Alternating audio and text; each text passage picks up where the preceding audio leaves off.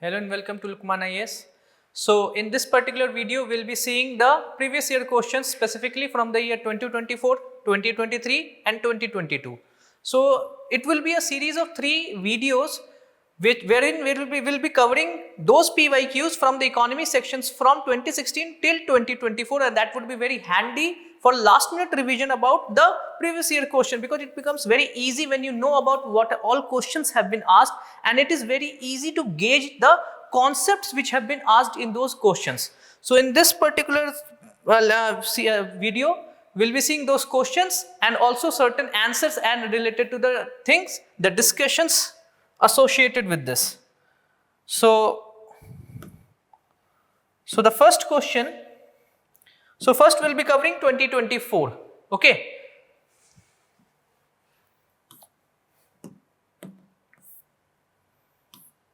So the first question is, consider the following statements. Statement 1 says, if the United States of America were to default on its debt, so debt, it's a liability. Holders of US Treasury bonds is nothing but government securities, will not be able to exercise their claims to receive payments. So that is a kind of hypothetical situation wherein if the condition is given that if there's a default by US government, will the holders of those bonds be able to redeem their debt whatsoever holdings that they have?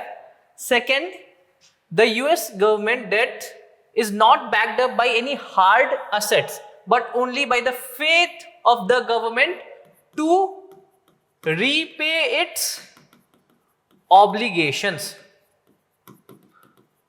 So both the statements are actually correct.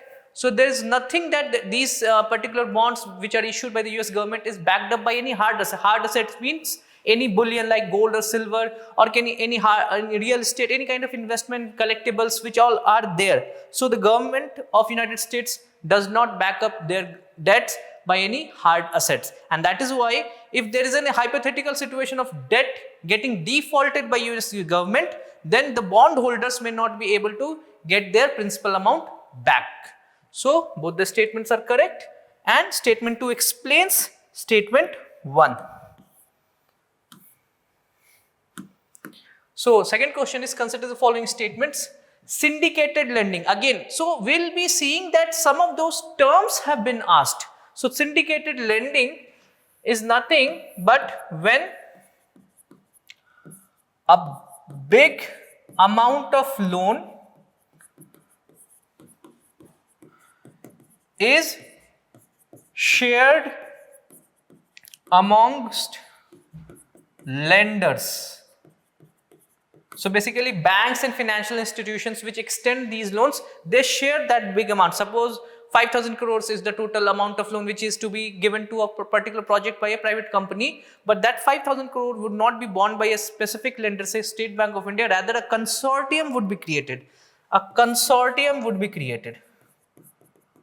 And wherein many other banks would also participate, and there would be sharing of those loans a specific ratio, and that is why the risk is shared among those lenders. So that is said as syndicated lending spreads the risk of borrower default across multiple lenders. This is correct. Second, syndicated loans can be fixed amount, that is a lump sum payment, but cannot be a credit line. This is incorrect. So it can be a fixed lump sum payment, like say 5,000 crores straight away dispersed in one tranche, or it could be a credit line that up to rupees 5,000 crores can be taken as a loan by that private developer who wants to borrow that particular amount. So this syndicated lending is allowed for both the cases, in case of the lump sum payment, also in case of the credit line. So both the statements in the second statement is incorrect and the first statement is correct. So C is the correct answer for question number 2. Question number 3. Consider the following statements in respect to digital rupee. Digital rupee is also known as e-rupee, and it is also nothing but central bank digital currency, CBDC. Okay, it is a sovereign currency issued by the Reserve Bank of India in alignment with the monetary policy. This is correct. As the issuer of currency, it can also issue e-Rupee. That is the idea behind the monetary policy authority of the central bank, that is the Reserve Bank of India. It appears as a liability on RBI's balance sheet. This is correct. It's a liability because it's a promissory note kind of thing, that it is promised to be paid by the central bank, that is the Reserve Bank of India. It is insured against inflation by its very design? No.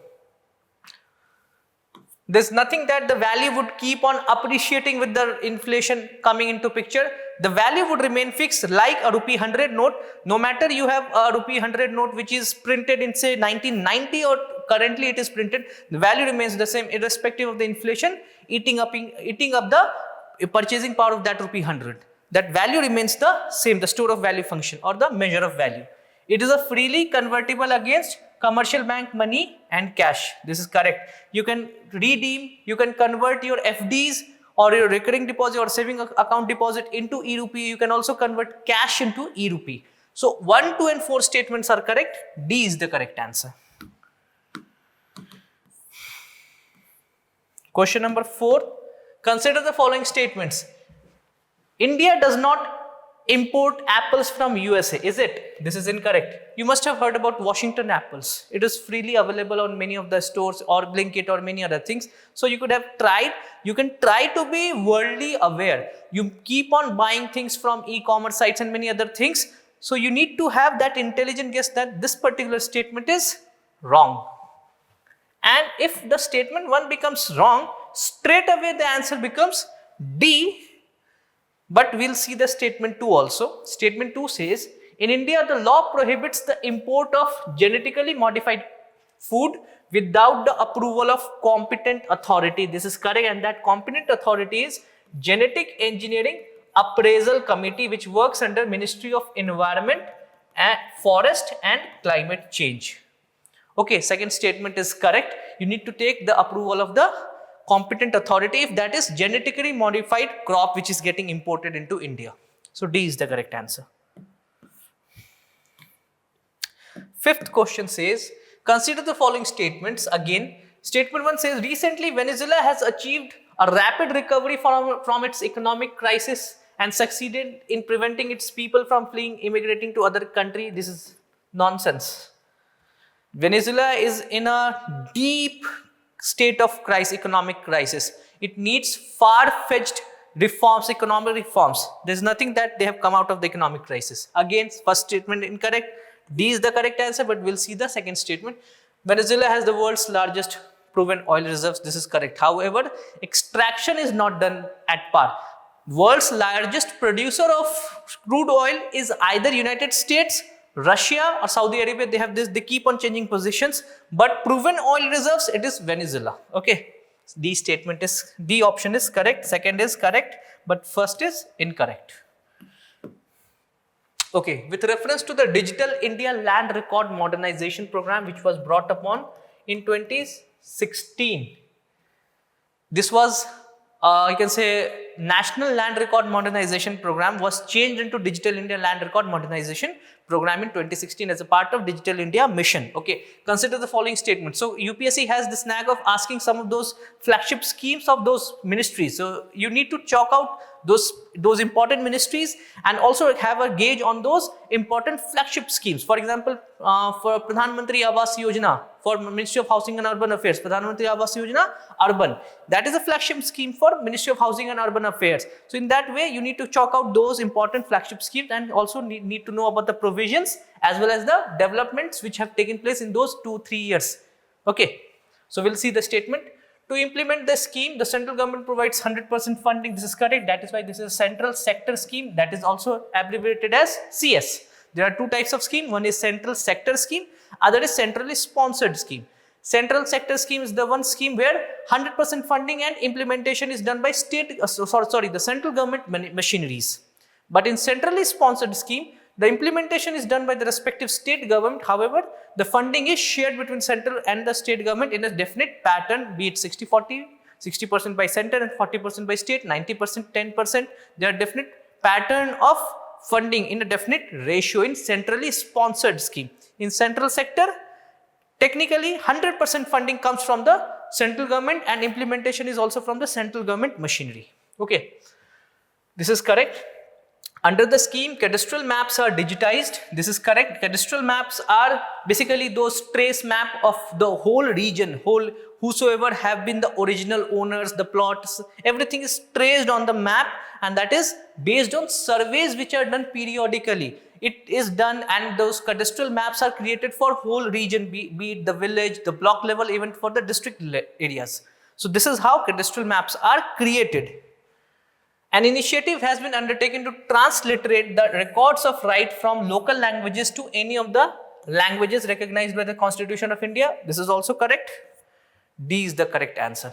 Okay, all the three statements are correct.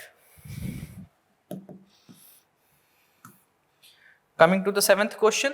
So consider the following statements. Consider the following airports.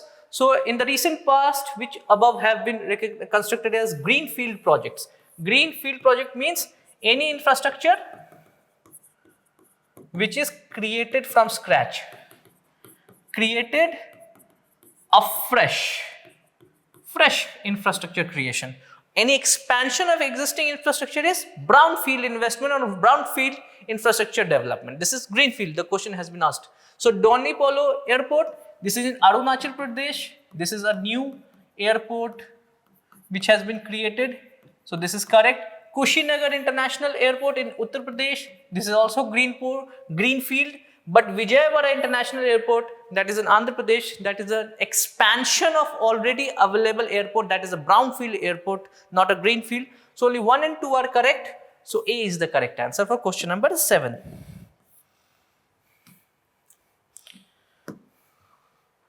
Question number 8. Consider the following statements.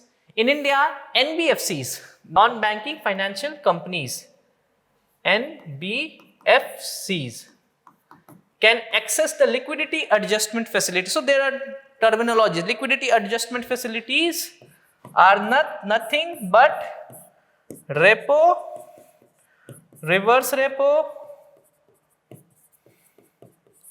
MSF, marginal standing facility, and standing deposit facility. These are part of liquidity adjustment facility.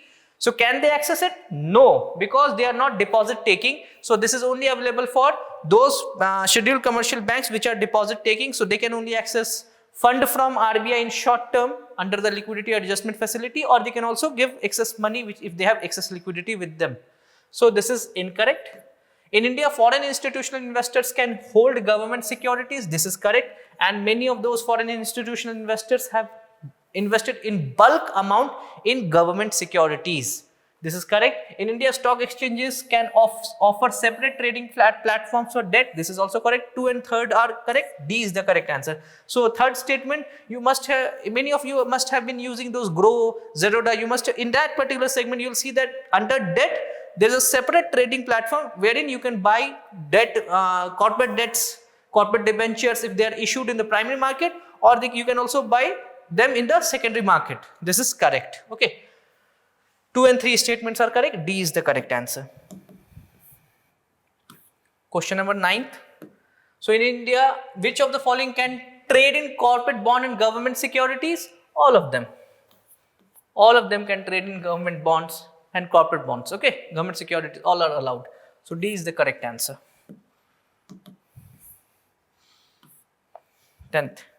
Okay. Consider the following.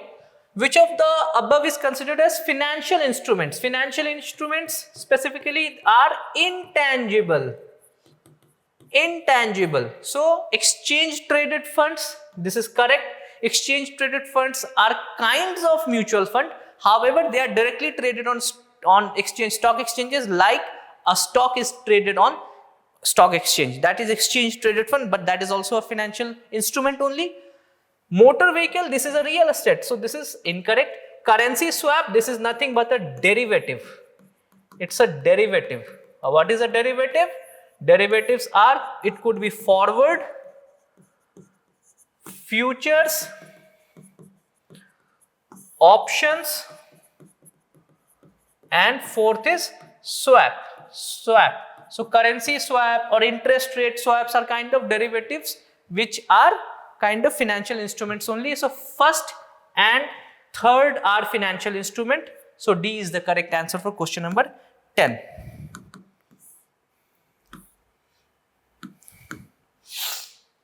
Okay, now another question with reference to the sectors of Indian economy. See, they have gone as back as class 9th topic, a basic topic from primary, secondary and tertiary sector. You are just required to just go back and brush up your basic knowledge. So this is all about the background knowledge, which is also tested in some of the questions from the economy sections of the UPSC Prelims examination.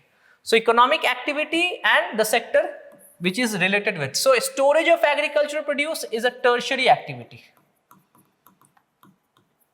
Post harvest, it is all tertiary, but food processing industry is a secondary activity.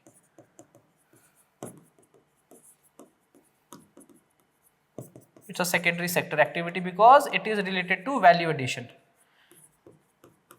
And all those activity before harvesting, that is all agricultural activity and that is considered as primary activity. So this is why first is incorrect.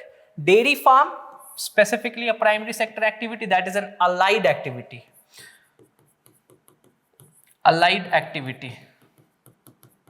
Like animal husbandry, forestry and fishery. Other is dairy farming. We have a dedicated ministry for that, Ministry of Animal Husbandry, Ministry of Fisheries, Animal Husbandry and Dairying, specifically catering to the requirements of this particular sector. Mineral exploration is a part of primary activity itself. So this is correct, this is incorrect. Because why mineral exploration is not a tertiary activity? Because mineral extraction is preceded by mineral exploration. And whenever we say mineral extraction, that must have been preceded by mineral exploration and that together constitutes the primary activity. Okay, you cannot have just straight away go and just extract mineral from any other place where you have not done your exploration activity. It has to be a sequence of procedure, a standard operating procedure is implemented. Post extraction, most of these things come under the secondary activities. Pre-extraction, all those things come under the primary activities. Okay, weaving cloth, this is a secondary activity, a correct answer. Weaving cloth, basically from yarn, fabrics are made. You go and see class 4th or 5th science book, you'll come to know how from fiber to fabrics, a chapter used to be there. From yarn, how fabrics are made through weaving. Okay, so first 2 and 4 are correct, B is the correct answer. Question number 12. With reference to physical capital, in India, obviously physical capital is divided into fixed capital and working capital, a concept from class 9th, chapter number 1, economy, that is the story of village, Palampur. You go and read that particular concept. So items and category. So capital is 2 types. First is fixed, another is working. Fixed capital used again and again and there is no transformation, so it does not get consumed. However, working capital, if you go, it gets consumed in the production process. It gets consumed in the production process. Now, from this concept, farmer's plow, is it getting consumed? No. So this is incorrect. Computer is a fixed capital. Obviously, in any IT sector activities, you have computers which are used again and again. Okay, this is a fixed capital. This is correct. First is incorrect. Yarn used by weaver, that is a working capital, not a fixed capital. The yarn loses its original form and it gets converted into final stitched clothes apparel. You cannot get back the yarn again. Okay. Petrol is a working capital. This is correct. Petrol gets consumed whenever a machinery is used using petrol. It gets consumed. You cannot get back the petrol. It gets consumed in the production process itself. So 2nd and 4th are correct. B is the correct answer for question number 12. Question number 13th. With reference to rules imposed by the Reserve Bank of India by treating foreign banks. So there is no minimum capital requirement for wholly owned banking subsidiaries in India. No. If there is wholly owned banking subsidiaries in India, for example, Barclays Bank or Standard Chartered banks which have their subsidiaries in India, they need to have certain minimal capital requirement which the promoters should bring from their own end. That is the minimum capital requirement. That is also being adhered by those subsidiaries of foreign banks working in India as per the RBI directive. For wholly owned banking subsidiaries in India, at least 50% of the board members should be an Indian nationals. This is correct. Okay, so on the board of directors, 50% composition would be from Indians. Okay, this is the rule. A factual question. If you try to get an intelligent guess, you can try it, or else you could have left the question. These questions may be asked. These are certain questions. If you have read it somewhere in the newspapers, then you try to attempt it, else you try to leave those questions. Again, a similar question. CSR rules, corporate social responsibility. So with reference to CSR rules in India, consider the following statements. CSR rules specify that expenditures that benefit the company directly or the employees will not be considered as CSR activity. This is correct.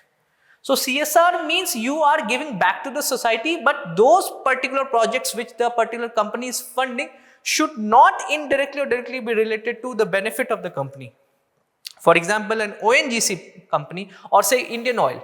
Indian Oil tries to build a gas bottling plant in a far-flung region. That is not considered to be a CSR activity, because in that way, Indian Oil is trying to expand its market.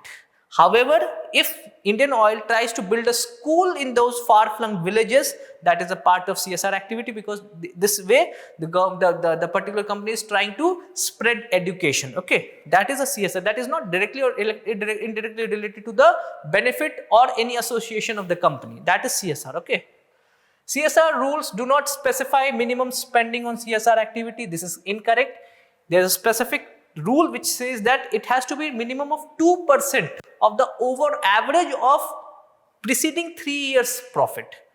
2% minimum. They can go beyond that, but it has to be minimum 2% of the profit of the preceding 3 years. Average that value, that should be the CSR fund.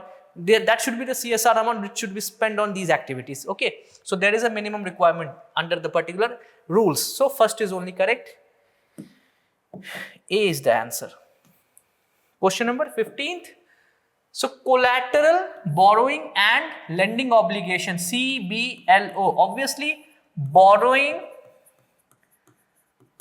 lending, which is a part of this part, which is connected with this activity, it is money market instrument. So in case of money market instrument, if collateral is being used for all those borrowing and lending, it could be between financial institution, interbank, it could be between two different customer clients, that is CBLO. Okay, that is associated with money market instrument. Okay, C is the correct answer. So these were the questions which were asked in the 2024 paper from the economy section. Now we'll move to 2023. Okay.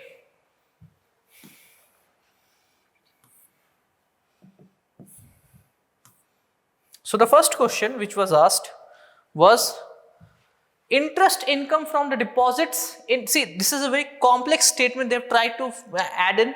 What they have been trying in UPSC, they straight away take those statements from newspaper, straight away put those statement. It may be too complex. If you have grasp over those complexities, if you can try to interlink those concepts, then only you try to attempt these questions, else you could have tried to leave it. Okay. Interest income from deposits in infrastructure investment trust, that is InvITs.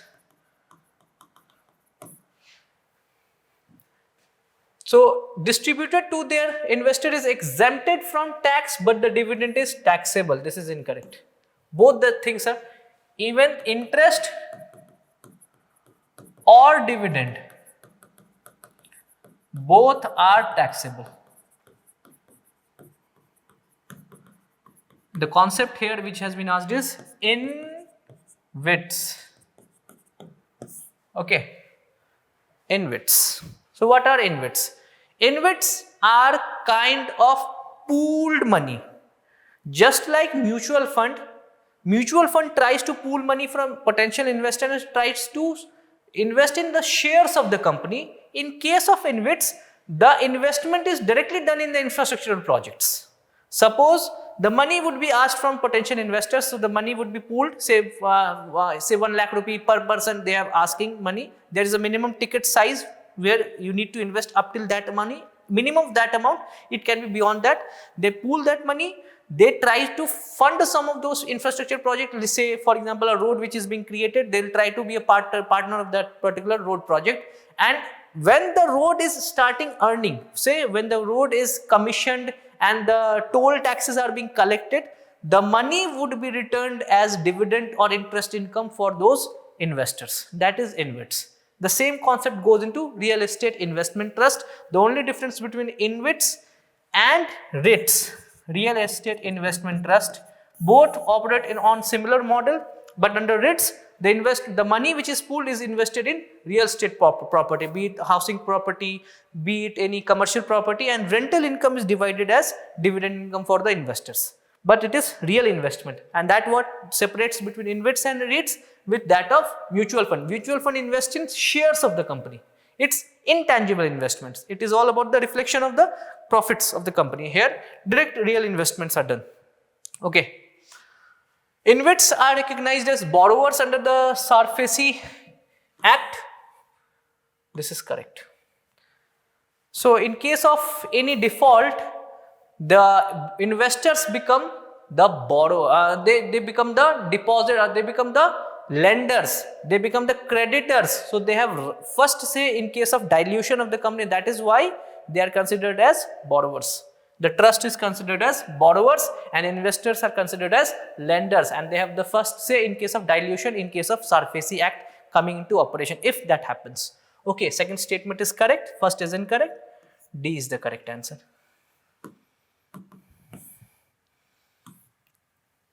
The second question is, statement 1 says, in the post-pandemic recent past, many central banks worldwide had carried out interest rate hikes.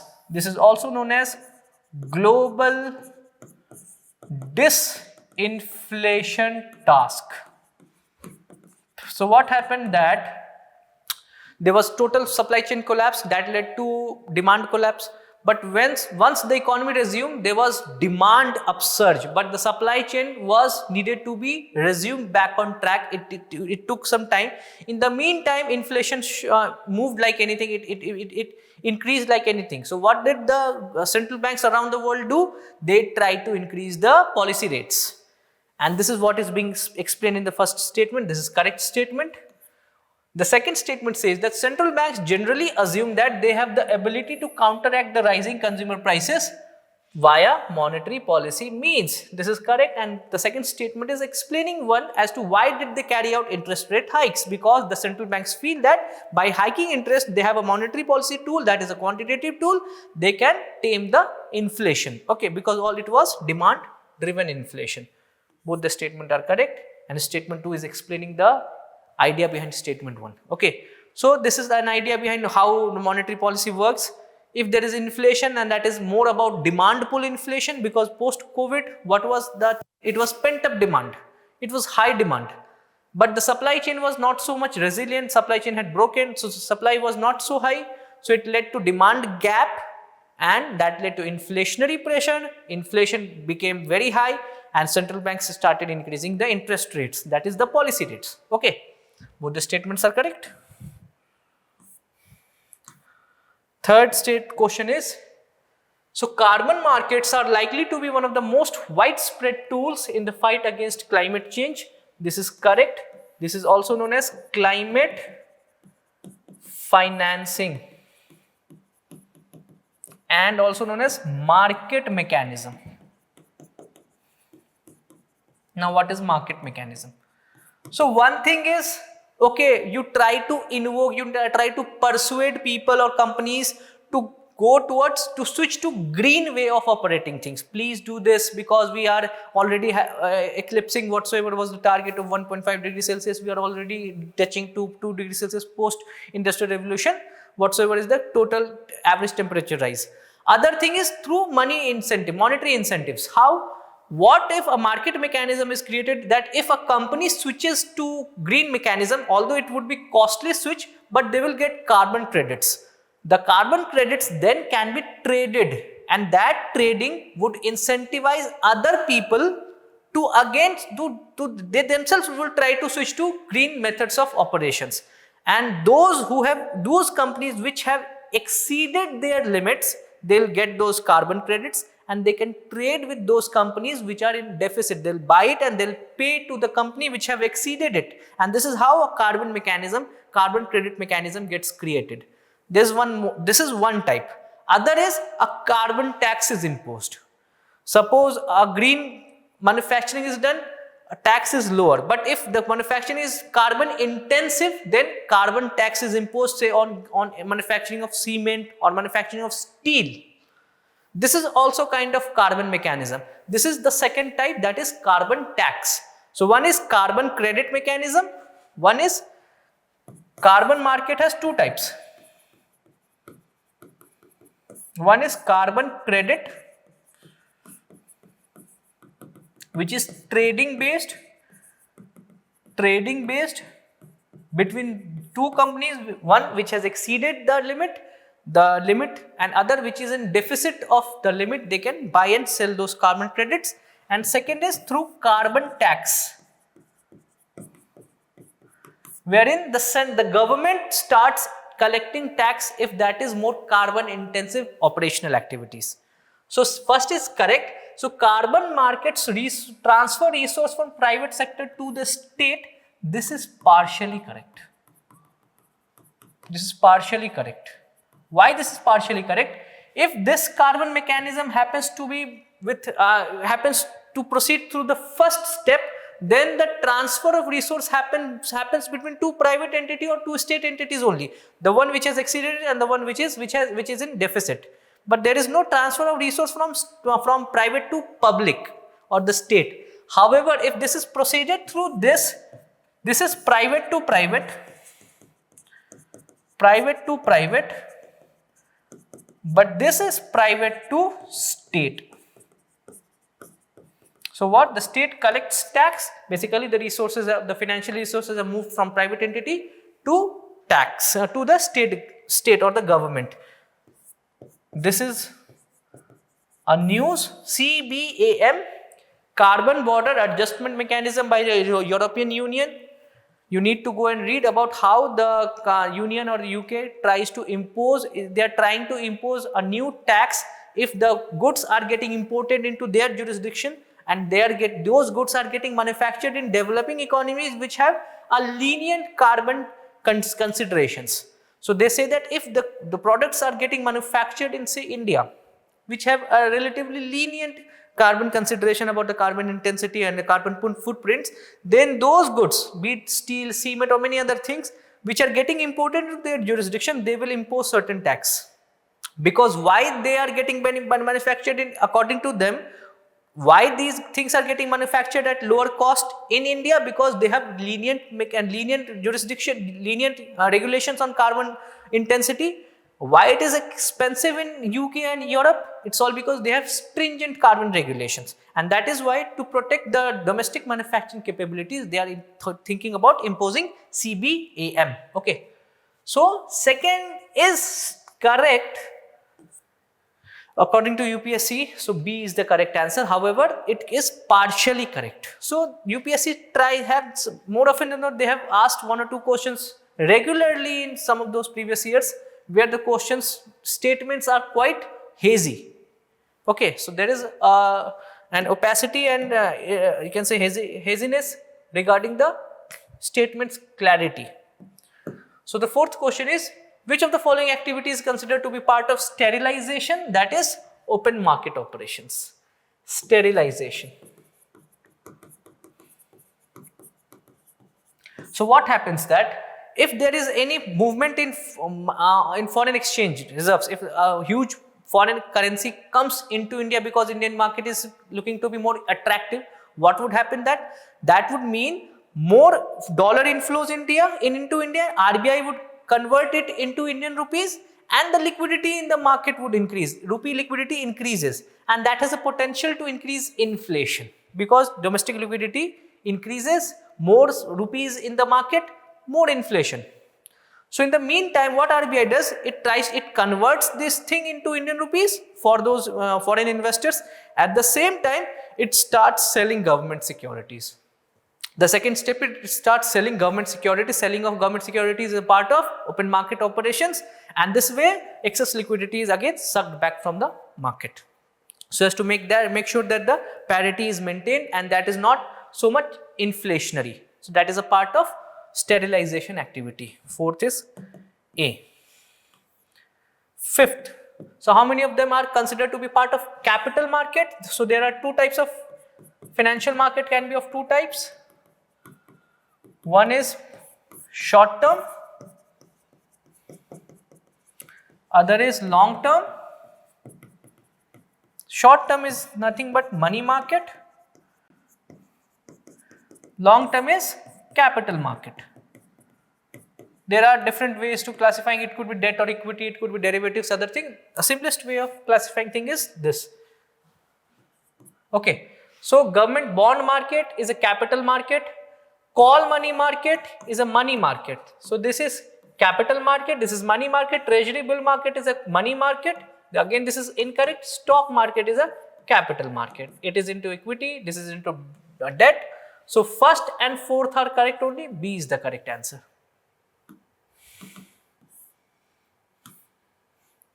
Sixth question. So which of one of the statement best describes the concept of small farmers large field? That is, many marginal farmers in an area organize themselves into groups and synchronize and harmonize selected agricultural operations, and that is also known as cooperative farming.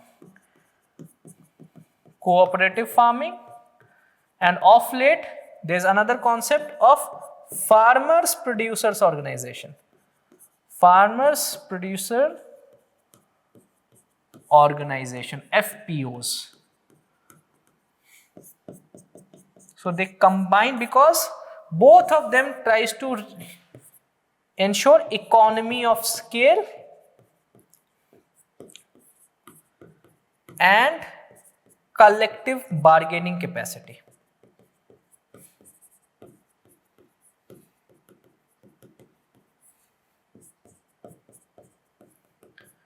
Collective bargaining capacity. The idea is those small farmers do not have the land, sufficient land to create a huge output which can be profitable for them. But if those small farmers, they combine together and they create a huge force, now the production can be managed in a more systematic manner, yields would improve and they can get better margins. They can also negotiate in a better manner. That is what is known as better collective bargaining capacity if they try to sell their produce to any wholesaler who wants to buy those agricultural produce from these farmers. So that is all about cooperative farming, or it could be also considered to be a part of farmers producers organization. B is the correct answer.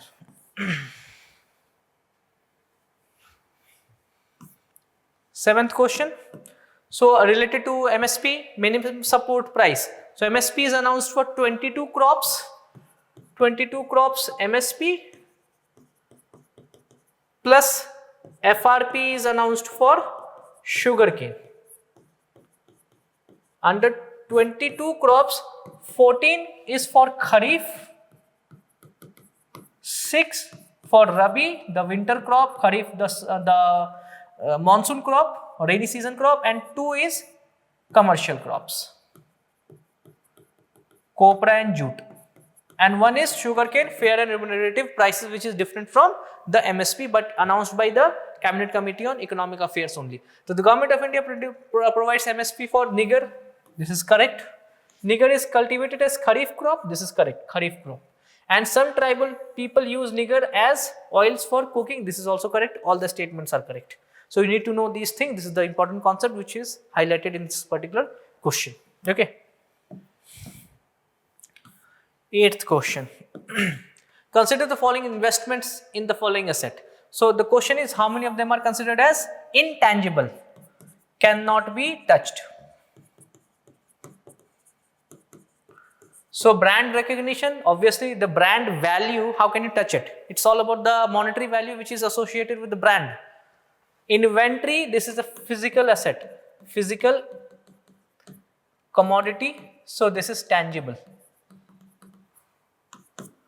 Intellectual property, the creative mindset, the intellectual property, the patents, all are obviously intangible assets only. Mailing list of the clients, obviously intangible. You cannot touch it. It's all about, it's there in the hard drives, or it's there in the drives. Okay. So 1, 3, 4 are correct. C is the correct answer for question number 8. Question number 9 says, the term beta refers to a numeric value that measures the fluctuation of stock to changes in the overall stock market. So beta, there are two terms, beta, alpha.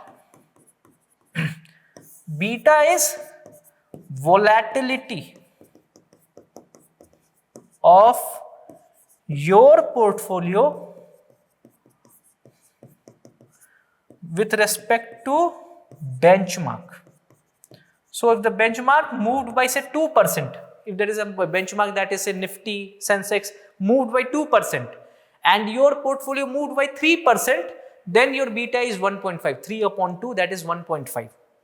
That is all about the vulnerability or the volatility, which it is also similar in the case of say if there is losses, if there is a negative, if there is a loss of 2% in the benchmark and your portfolio went by minus 3%, that is minus 1.5. That is all about beta. Alpha is excess of return generated by your portfolio over benchmark.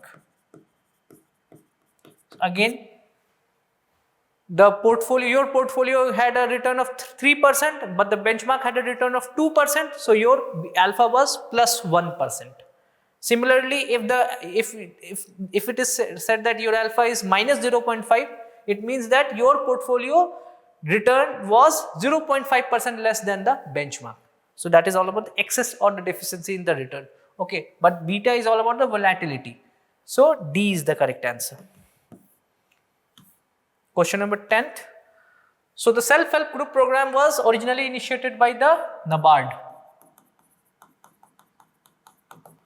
SHG, all members of a group takes the responsibility of the loan which has been taken by the individual members, which this is correct.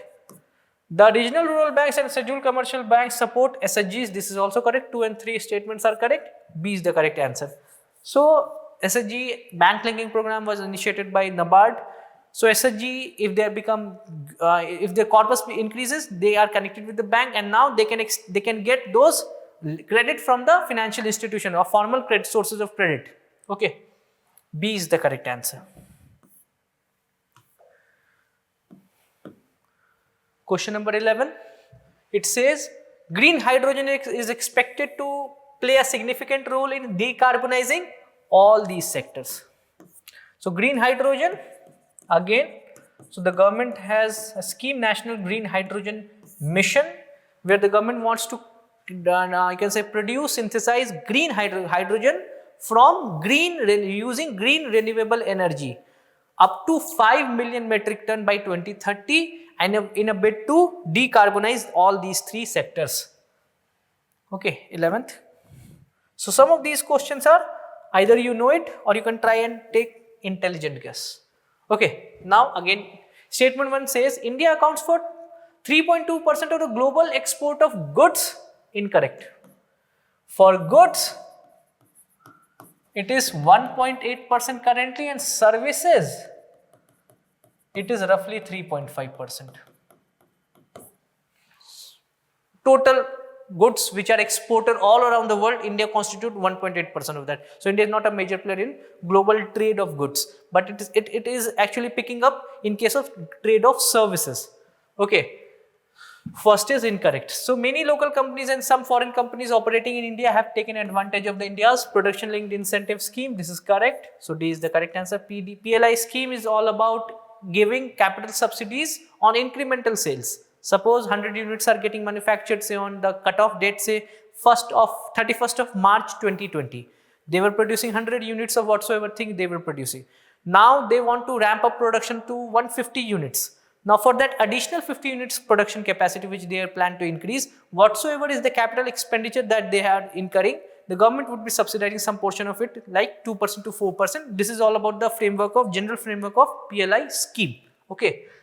Second statement is correct, first is incorrect, D is the correct answer. 13th question. So according to MSME Development Act 2006, the medium enterprises are those with investment in plant and machinery between 15 and 25 crore. This is incorrect. Currently, if we talk about micro, small, medium, this is investment and this is turnover.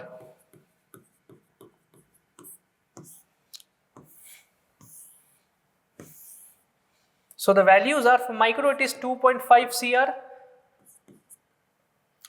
and turnover are 10 CR. Small 25 CR, turnover up to 100 CR. Medium 125 CR, investment up to 125 and turnover up to 500 CR. So this is the current definition of MSME as per the budget 25-26. So first is incorrect. All bank loans to the MSME enterprise are qualified under priority sector. This is correct. MSME lending is a part of priority sector lending. There are 13 or 14 classifications as to these sectors. If the banks give loans to these particular sector, they are considered to be part of priority sector lending. So PSL targets are 40% for scheduled commercial banks and 75% for RRBs. Small finance bank and other. Okay, so this is the limits. So second is only correct, B is the correct answer. With reference to the central bank digital currency, again CBDC, so they have asked back to back CBDC Rupee. It is possible to make payment in a digital currency without using US dollar or the SWIFT system. This is correct. A digital currency can be distributed with condition programmed into it, such as time frame for spending it. No, it is not so much program. It's just representation of your physical money in digital form, which is backed up by blockchain. So whatsoever is the transaction, whatsoever is the movement of those currencies, all the data gets encrypted in a blockchain and it is easy to trace the movement, and that is how CBDC works. And that is the difference between CBDC and cryptocurrency, is that CBDC is centralized. All the database is controlled by the central bank. Specifically in India, it is the Reserve Bank of India. But cryptocurrency, all the ledger system is decentralized. There is no central agency which taps the information about the flow of those central the cryptocurrencies. So first is only correct. A is the correct answer.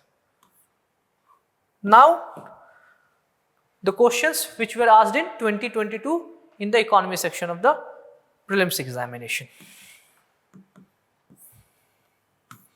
So the first question is, consider the following statements. So generic statements. Gujarat has the largest solar park in India. No, it is Rajasthan. However, this statement is related to old development. There is a new development which is Khavda, which is being created, which is where Adani Greens is actually investing huge. It is poised to be the world's largest solar farm. It is being created in Gujarat only. So this is incorrect as per the 2022, but the developments keep on changing in the renewable energy. So you need to gauge those developments which are taking place currently. So this is incorrect as per 2022. Kerala has fully functional powered airport powered by solar powered. This is correct. That airport is Kochi Airport. And Goa has the largest floating floating solar photovoltaic project in India. No, this is incorrect. It is Ramagundam. I guess in Telangana. But the largest would be Omkareshwar. Omkareshwar floating solar power project, that is in Madhya Pradesh, but it is still being built. But after getting built, it would be the largest floating solar power project in India. But the statement is incorrect. So only second statement is correct. B is the correct answer. So you need to take this thing into consideration when you are solving the PYQs. You need to gauge the developments which have taken place in those current years. So tight monetary policy of US Federal Reserves could lead to capital flight. Tight monetary policy. It means US government, or sorry, US Fed Bank, Fed Reserve is increasing interest rates. Now, if interest rates increase in US, obviously the interest rate differentials between US and India would be less, and if you account for the depreciation of the Indian currency, then it may be profitable for those foreign investors to again pull back those capital back into United States, and that is a correct statement.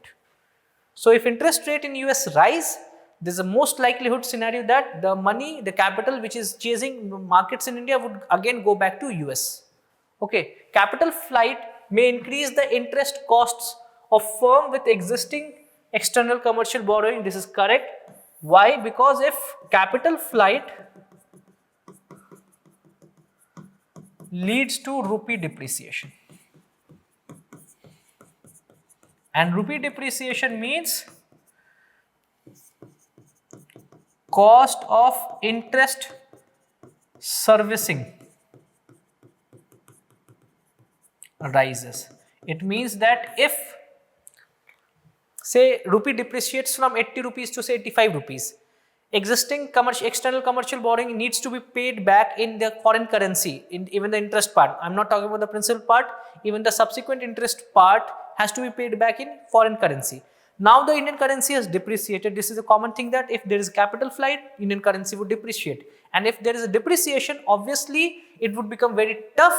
It would be costly for those borrowers which have taken external commercial borrowing to convert those Indian currency back into the foreign currency denomination and pay back the interest. It would be loss for them. Okay, so this is correct. Devaluation of domestic currency decreases the currency risk associated with ECBs. This is incorrect. Obviously, if there is devaluation or depreciation, devaluation is a condition where the government deliberately reduces the value of local currency. Then the currency interest rate risks, in case of external commercial borrowing, as we have told here only, it rises. It does not go down, it increases. So third is incorrect. A is the correct answer. Third question. Consider the following statements. In India, credit rating agencies are regulated by Reserve Bank of India. No, it is by Security and Exchange Board of India, SEBI. The rating agency is popularly known as ICRA, is a public limited company. This is correct. So there are four or five important rating agencies. One is CRISIL, second is CARE, ICRA, India Rating, India RA, it is known as India Rating. Then we have Brickwork, and there's one more. Okay, Brickwork Rating is an Indian credit rating agency. This is also correct. So 2 and 3 statements are correct. B is the correct answer for question number 3. Question 4. With reference to the Bank Board Bureau, so this has been changed now. Now it is Financial Services Institution Bureau, FSIB. So the initiation was Bank Board Bureau to recommend the appointment of the director level appointments in the public sector banks, even in the private sector banks. That was Bank Board Bureau. It was constituted as an autonomous organization in 2016. However, it has been changed in 2022 into Financial Services Institution Bureau to actually account for all those financial services, be it the banks, public sector banks, be it the public sector general insurance companies, all have been taken into account. So all those financial sectors which are regulated by the government are being taken care of by the FSIB, but we'll see the questions related to that. So BBB recommends, so governor of RBI is the chairman of BBB? No, it can be anyone which is appointed by the government of India. BBB recommends for the selection of heads of PSBs. This is correct. BBB helps public sector banks in developing strategies and capital raising plan. This is also correct. This is the core mandate of BBB, and this remains the mandate of FSIB. As per the change, all those mandates of Bank Board Bureau is the mandate of Financial Services Institution Board. This is headquartered in Mumbai, and this is an autonomous organization. Okay. So second and third statements are only correct. B is the correct answer. Fifth question. With reference to convertible bonds. So convertible bonds are kind of bonds wherein there is an option to convert the bonds into equity. Okay, so there is a predetermined price at which the bond, whatsoever is the total invested amount, gets converted into units of shares or the equity. Okay. So as there is an option to exchange the bonds for equity, convertible bonds pay a lower rate of interest. This is correct. Obviously, if you have got options, if you try to feel that there is more so profit in equity, you will try to get it converted into equity. Since you have options, obviously the rate of interest or the coupon rate would be less in case of convertible bonds. This is correct.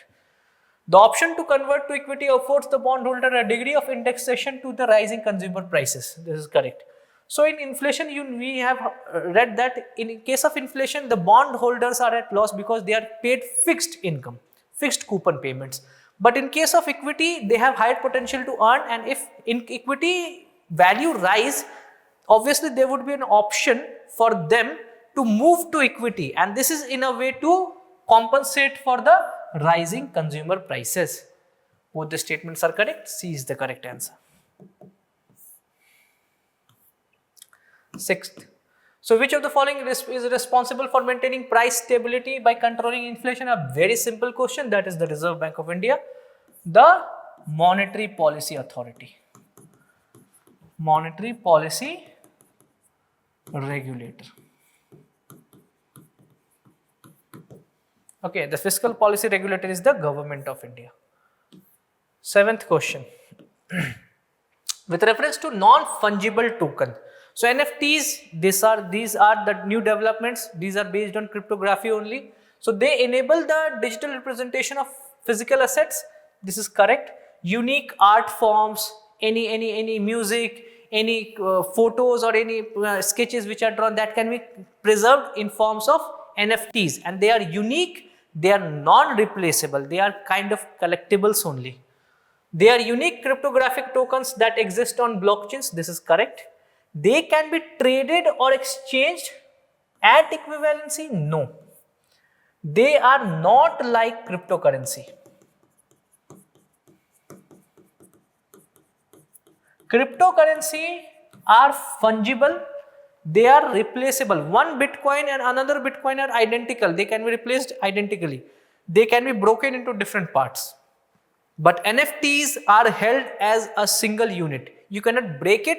You cannot replace. One NFT holds a unique value, another NFT holds another value. It's kind of collectibles.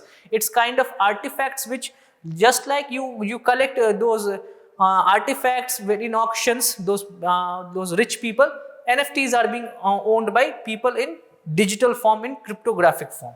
But they are not equivalently traded as a medium of exchange. So third is incorrect. 1 and 2 statements are correct. A is the correct answer.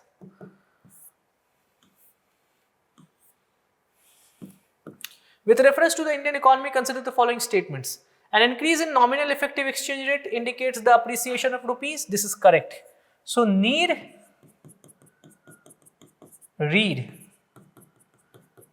is inflation adjusted. Need talks about strength and weakness of local currency with respect to basket of currencies.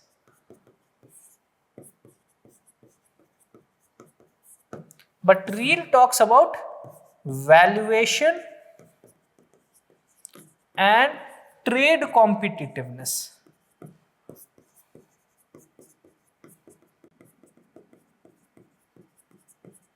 of local currency. Again the same concept with a basket of currency. This is the concept. So a need reading above 100 means the local currency is stronger vis-a-vis those basket of currencies, and need reading NER, nominal effective exchange rate, rating below 100 means the value is weaker. However, reading above 100 means overvalue and loss of trade competitiveness. You are losing out on the trade competitiveness and your currency is overvalued. Ideally, it should depreciate. And read value below 100 means your currency is undervalued, your currency should ideally appreciate, and it means that there is a most likelihood of improved trade competitiveness. So an increase in need indicates appreciation of rupee, this is correct. An increase in read indicates loss of trade competitiveness, second is incorrect. An increasing trend in domestic inflation relative to inflation in other countries is likely to cause an increasing divergence between need and read. This is correct. Obviously, read is inflation adjusted between inflation in India and inflation in other currencies which are under the basket of those currencies. So first and third are correct. C is the correct answer.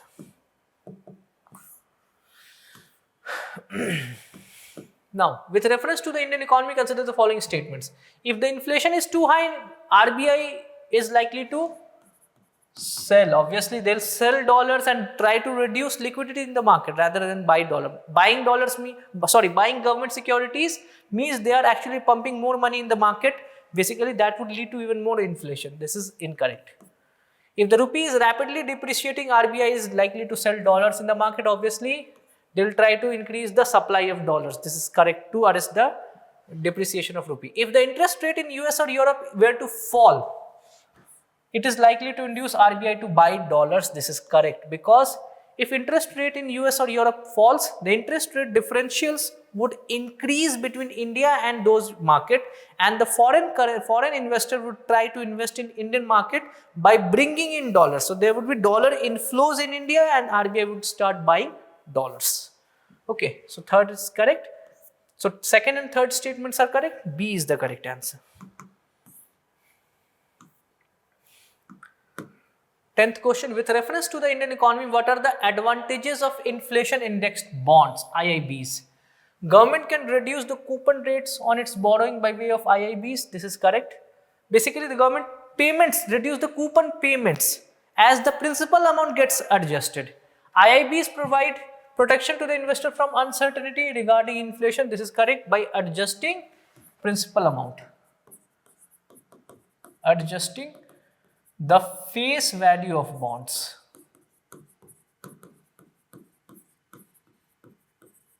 or principal amount.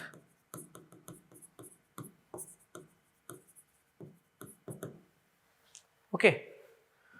The interest received as well as capital gains on IIBs are taxable. They are taxable. Both are taxable. Okay. So A is the correct answer. 1 and 2 are only correct.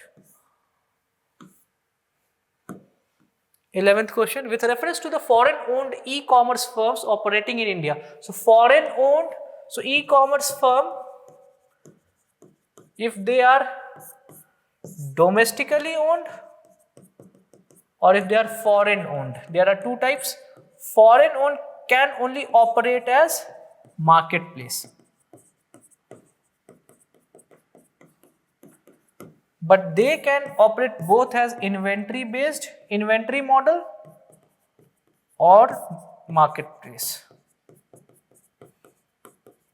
So they cannot sell. So foreign owned cannot sell own goods. The degree to which they can own big sellers on their platforms is limited. Second is correct. So there's a degree that, okay, if they try to list their another seller on their platform, it should be less than 25% of the total merchandise sale which is happening through their e-commerce site. This is the criteria, I guess. So it keeps on changing. You are required to go and see the updated data. Okay, second is only correct. B is the correct answer. 12th. Okay. Which of the following activities constitute the real sector? So real sector, there are two sectors. First is real, other is financial. So first you need to know whether it is a real activity. Farmers harvesting their crop, this is correct. This is an agricultural activity, obviously primary sector activity. Textile mills converting raw cotton into fabric, this is also real activity. Commercial bank lending money, a financial activity, not a real activity. Corporate body issuing rupee denominated bonds, again non-real activity or financial activity. So 1 and 2 are only correct. A is the correct answer for question number 12.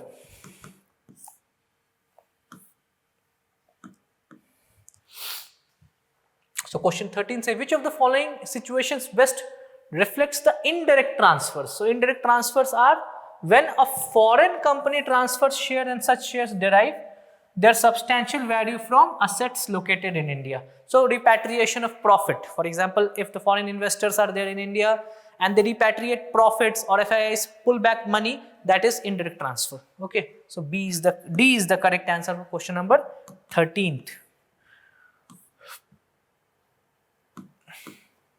With reference to the expenditure made by organizations or a company, again a micro financial topic. This is a financial topic, not even you can consider this is a business studies topic, not even an economic topic.